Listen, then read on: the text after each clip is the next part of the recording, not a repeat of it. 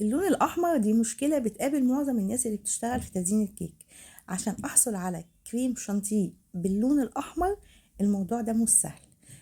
لكن لو أنا هستخدم بقى كريمة زبدة أو هستخدم جناش شوكولاتة بيضة بالزبدة، هيبقى من السهل جدا إن أنا أحصل على اللون الأحمر بالدرجة اللي أنا عايزاها. وهتبقى كمان بشكل أحلى، بس طبعا تكلفتها بتبقى غالية، ومعظم العملاء مش بيستحملوا التكلفة دي. فاحنا بنشتغل بالكريم شانتيه عادي خالص وبنخلي لونه احمر. طب ازاي بنعمل كده؟ انا هقول لكم على 3 حاجات هتريحك جدا وانتي بتعملي. اول حاجه، احنا كلنا هنشتغل طبعا بالوان الجل الماجيك اللي هي معظمها متوفر عندنا في السوق. هناخد كميه صغيره من الكريم شانتيه اللي احنا ضربناه وهنحطه في بوله. هناخد البوله دي هنحط فيها كميه من اللون الاحمر الجل، وهنحط عليه نقطتين من اللون الاخضر الجل برضه. الوان الجل هتديني نتيجه حلوه. هاخد البوله اللي انا حطيتها دي وقلبتها كويس قوي، اخدها احطها في الميكرويف او على حمام مائي. الكريم شانتيه بتاعي هنا زي يعني سيل بقى، شبه الصوص السائل كده شويه.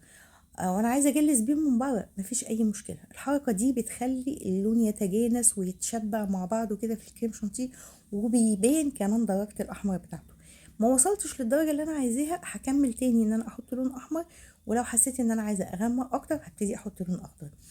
ممكن في حالات بسيطة قوي ان انا استخدم تكة صغنطوطة قوي من اللون البني. في ناس بتستخدم الكريم شانتيه اللي متضاف عليه كاكاو ويحطوا عليه اللون الاحمر، دي برضو درجة من الدرجات بتاعة اللون النبيتي او اللون الاحمر. بعد ما حطيته في الميكرويف وسال معايا وتشبع باللون الاحمر ولونه ظبط معايا، طب هيحصل ايه تاني؟ هاخده ابيته في التلاجة.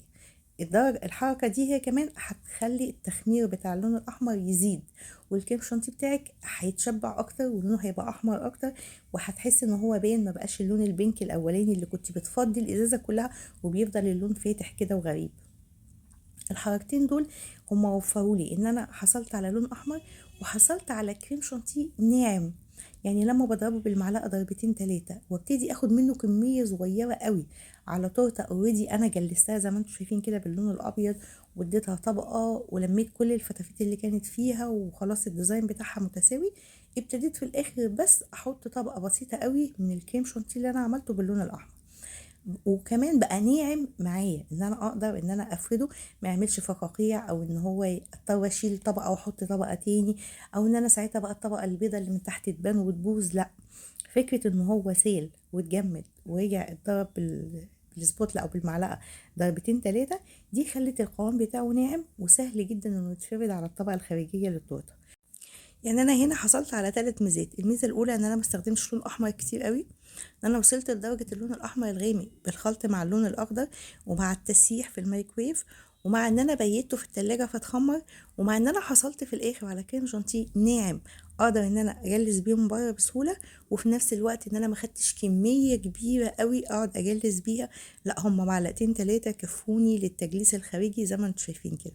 اتمنى يكون الفيديو فاتكم، ولو في اي اسئله انا معاكم في الكومنتات ان شاء الله.